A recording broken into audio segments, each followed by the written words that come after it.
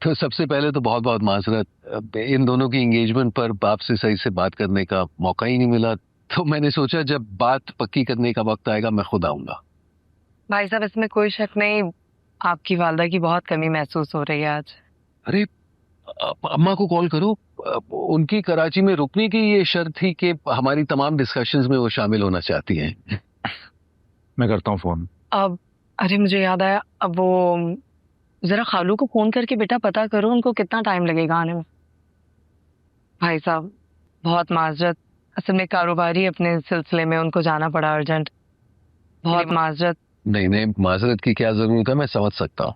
शुक्रिया।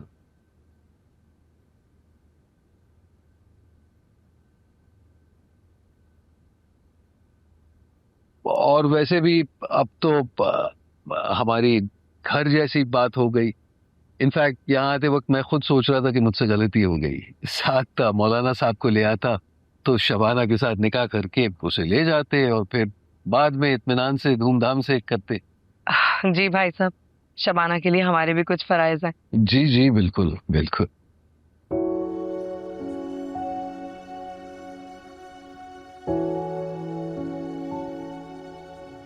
छोटी सी मिसअंडरस्टैंडिंग की वजह से मेरी मोहब्बत को गाली मत दो। मोहब्बत तो उसी दिन गाली बन जाती है कबीर, जब उसमें भरोसा ना रहे। तुम्हें याद है ना, मैंने पहले भी तुमसे एक बार कहा था, शक भी वही करता है और तकलीफ भी उसे ही होती है जिस मोहब्बत हो। पहले तो तुम ये बात नहीं समझ पाई थी, कोशिश करना अब समझ जाओ।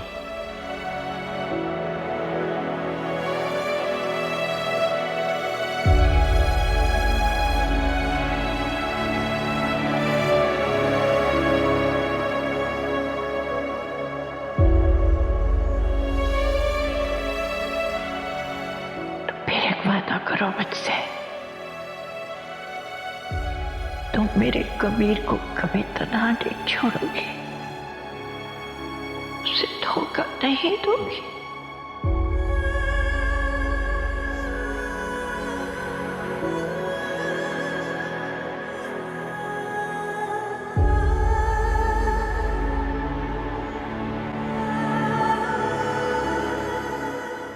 अस्सलाम वालेकुम। वालेकुम अस्सलाम, वालेकुम अस्सलाम।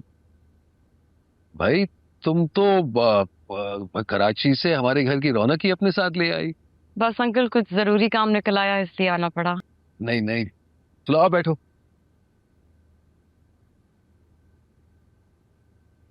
अब देखें, हम वाकई यहाँ पर आप सब लोगों के साथ धूमधाम से सेलिब्रेट करना बहुत पसंद करते, लेकिन सिर्फ अम्मा का ख्याल आता है। अब आप तो जानती हैं कि कबीर और शबाना की शादी में उनकी जान अटकी हुई है, वो एक लम्हा मिस नहीं करना चाहती। तो हमारी बस एक ही रिक्वेस्ट है कि प्लीज ये शादी कराची में कर लें। आप लोगों को किसी किस्म की तकलीफ नहीं होगी। आपको जितने भी मेहमान बुलाने हैं आप बुला लीजिए, अरेंजमेंट्स हो जाएंगे।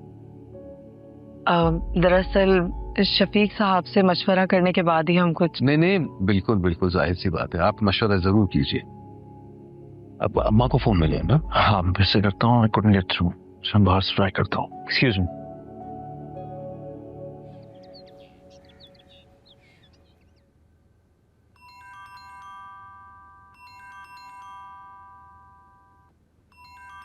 यू पे रखता। अगर मैं आपकी कॉल रिसीव नहीं कर रही हूं तो इसका मतलब यही है अहमद भाई कि मैं आपसे बात नहीं करना चाहती हूं, और मैं अच्छी तरह से जानती हूं कि किसके कहने पर आप मुझे बार बार कॉल्स कर रहे हैं। और मुझे भी पता है कि तुम किसके कहने पे वापस उस दलदल में फंसने जा रही हो। Yamuna, please think through it. Salaar जैसे लोग कभी भी नहीं बदलते। He is a con artist. एक ही आदमी के हाथों दोबारा बेवकूफ मत बनो। अब आप मेरी जिंदगी के डिसीजंस लेना बंद कर दें। इतने अरसे से तो आपको ख्याल नहीं था, और अब मेरे बिहाफ पर डिवोर्स लॉयर हायर करके बैठे। मुझे लगता है आपकी शबाना को जरूरत है एक नए लॉयर की, क्योंकि मैं उसका केस छोड़ चुकी हूँ। So you better help her, not me.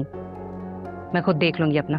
तुम्हें उस दरिंदे के साथ छोड़ देना ही मेरी सबसे बड़ी गलती थी, और मैं ये गलती दोबारा नहीं दोहराऊंगा, इसीलिए मैं वापस आ रहा हूं।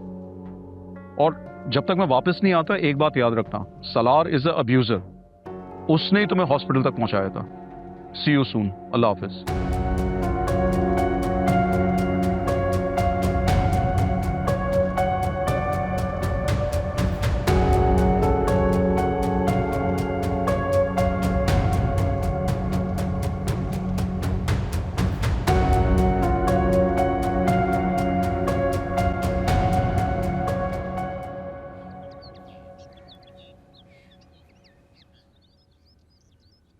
सो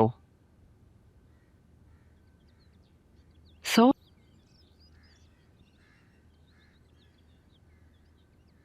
इतने दिन बाद मिल रहे हैं हम,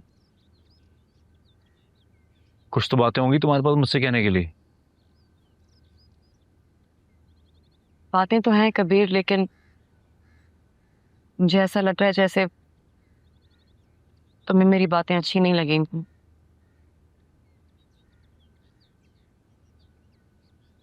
तुम जानना चाहती थी ना कि मुझे अचानक शादी का ख्याल क्यों आया,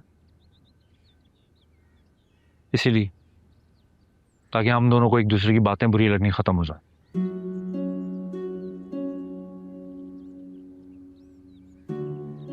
कमाल है, बड़ा अजीब सा कॉन्सेप्ट है शादी का आपके जहन में।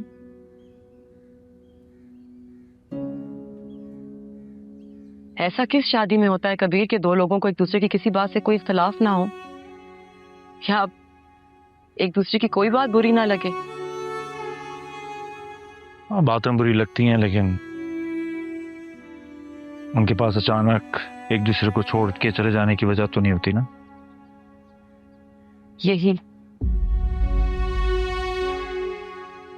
यही सोच तो गलत है कबीर।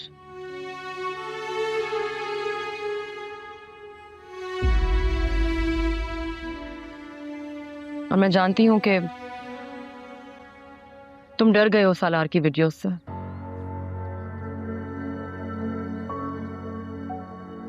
कौन सी वीडियोस?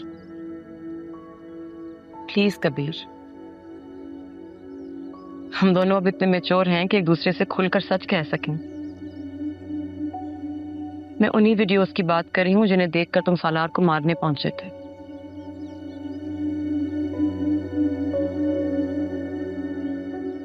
वो तुम्हें भड़काना चाहता होगा ताकि तुम मुझे छोड़ दो,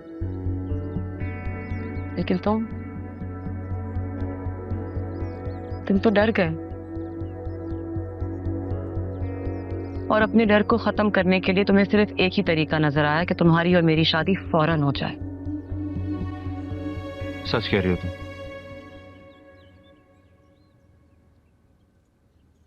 मगर मैंने पहले भी कभी तुम्हारे साथ जबरदस्ती नहीं की और अब भी नहीं करूंगा।